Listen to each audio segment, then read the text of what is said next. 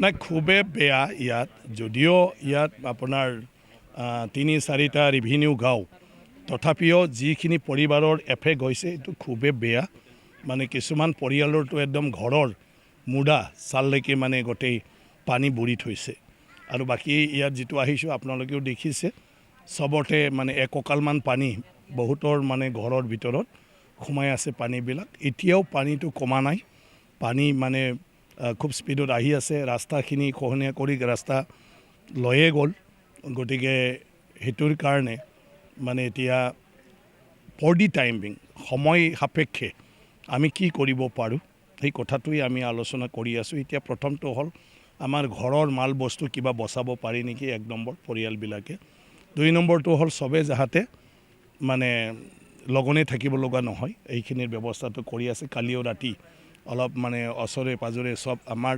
সামাজিক কাৰ্যকৰ্তাবিলাকে পাৰ্টিৰ কাৰ্যকৰ্তাবিলাকে বনাই মেলি খুৱাইছে আৰু সেইটোৱে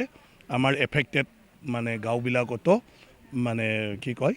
ডিষ্ট্ৰিবিউশ্যন কৰি আছে আজিৰ পৰা আমি নিজৰ চুপাত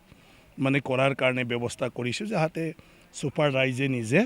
মানে ৰিলিফ কেম্পৰ খোৱা লোৱাটো মেইনটেইন কৰে ঘৰটো মানুহবিলাক ইচ্ছা নাই নিজৰ ঘৰ বাৰী এৰি কেম্পত থাকিবলৈ তথাপিও সৰু ল'ৰা ছোৱালী আৰু মহিলাৰ কাৰণে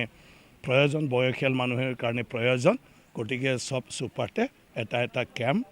আৰু তাতে তেওঁলোকে নিজে যাহাতে মানে বনাই মেলি খাব পাৰে আৰু তাৰ পৰাই নিজৰ মানে ঘৰখনো যাহাতে অলপ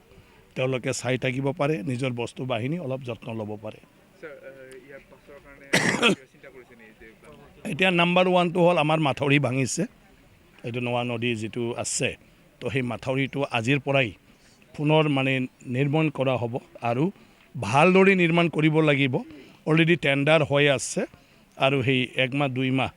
মানে বাৰিষাৰ দিনটো যোৱাৰ লগে লগে পাৰ্মানেণ্ট ষ্ট্ৰাকচাৰটো হ'ব যিটো আমাৰ 8 কিলোমিটাৰতকৈ বেছি এতিয়াও মানে বাকী আছে বাকীখিনি মাথাউৰি একো অসুবিধা হোৱা নাই যিটো অলৰেডি কনষ্ট্ৰাকশ্যন হৈছিলে এইটো একদম পুৰাণা মাথাউৰিখিনি যিটো ভাঙি গৈছে ক'ৰবাত কেঁকুৰা ক'ৰবাত নিগুনিবিলাকে গাঁত চাত কৰাৰ কাৰণে এইটো লিকেজ হৈ গ'ল আৰু মাটিটো বহুত পুৰাণা হোৱাৰ কাৰণে হয়তো লুজ হৈ গৈছিলে তাৰ কাৰণে ভাঙি গ'ল আৰু ওপৰৰ পৰা পানী আহি আছে আজিও মই কালেগাঁৱত মানে পাই আহিছোঁ গোটেই ৰাস্তা বুৰি আছে দক্ষিণ ফালে গতিকে পানী এতিয়াও আহাৰটো বন্ধ হোৱা নাই গতিকে তাৰ কাৰণে এইফালে মানে এফেক্টটো হৈছে গতিকে সি যিখিনি ভাঙিছে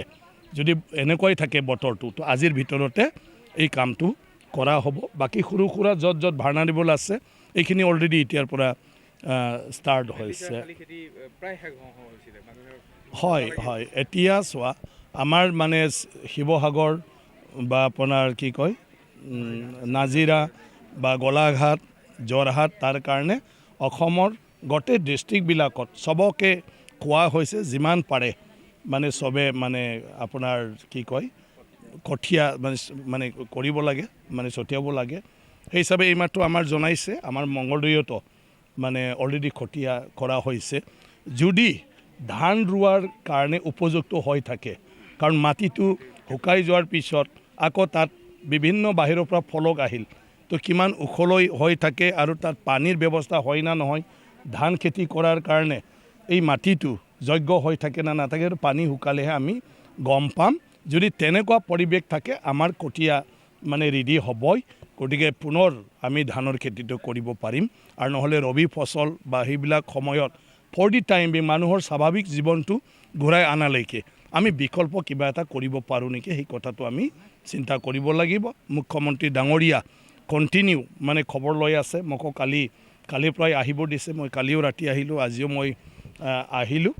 গতিকে চৰকাৰ তৰফৰ পৰা মানে যি ধৰণৰ সহায় লাগে এই এফেক্টেড মানে গাঁওখিনিৰ কাৰণে সেইটো সব ব্যৱস্থা কৰা হ'ব